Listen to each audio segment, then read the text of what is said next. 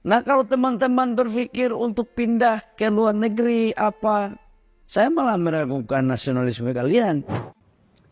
Assalamualaikum warahmatullahi wabarakatuh. Akhir-akhir ini banyak yang tanya, bagaimana cara tetap mencintai Indonesia? Bahkan ada yang ragu, memangnya masih relevan?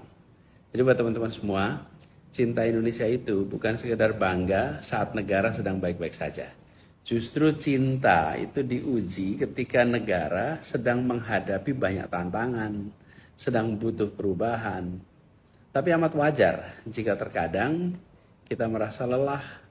Perjuangan tanpa istirahat itu bisa terasa berat. Ini seperti bertepuk sebelah tangan. Sudah berusaha untuk mencintai tapi rasanya seperti tidak ada balasan. Maka gak apa-apa ambil berhenti sejenak.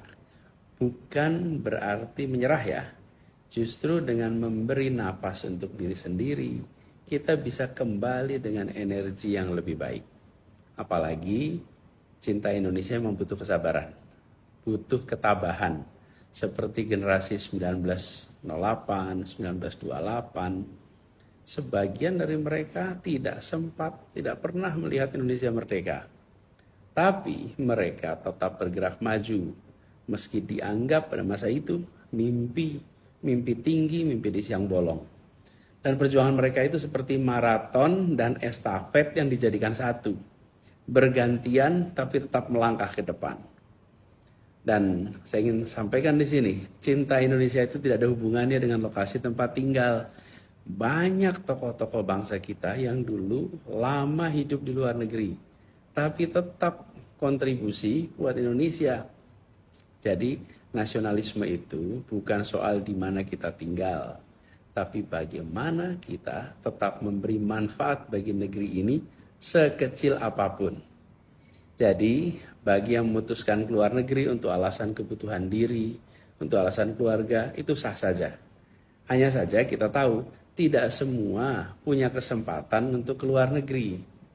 Bagi yang berkesempatan keluar, oke, gunakan kesempatannya sebaik-baiknya.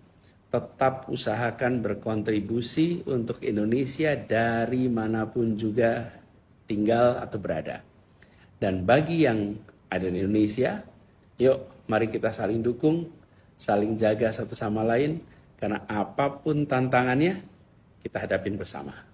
Semoga Allah SWT memberi kita kekuatan. Terima kasih. Assalamualaikum warahmatullahi wabarakatuh. Ternyata masih ramai ya perbincangan tentang hashtag kabur aja dulu itu di sosial media. Belum juga banyak sekali WNI kita yang udah di luar negeri juga memberikan respon yang beragam. Lalu gimana nih suara dari Rocky Gerung? Apakah beliau mendukung atau mendukung, menolak, atau punya perspektif lain, Pak? Saya memahami kekecewaan dari teman-teman milenial itu. Bahkan satu waktu di Eropa saya pernah kasih kuliah di Polandia, Warsawa itu. Dua perempuan Indonesia sedang ambil PhD di Polandia, angkat tangan lalu minta keterangan yang sama. Pak Rocky, kami dapat beasiswa dari negara untuk belajar di Eropa, tapi kami tidak mau pulang.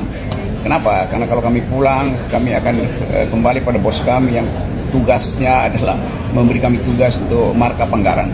Jadi dia tanya, kalau kami nggak pulang, etis apa enggak? Padahal kami dibiayai oleh negara. Saya bilang nggak usah pulang, karena Anda tidak dibiayai oleh negara. LPDP itu adalah pajak rakyat untuk membiayai Anda itu.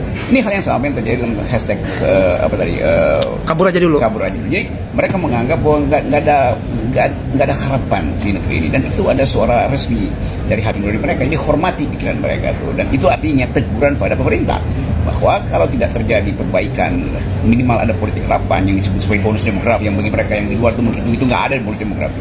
Jadi mereka akan jadi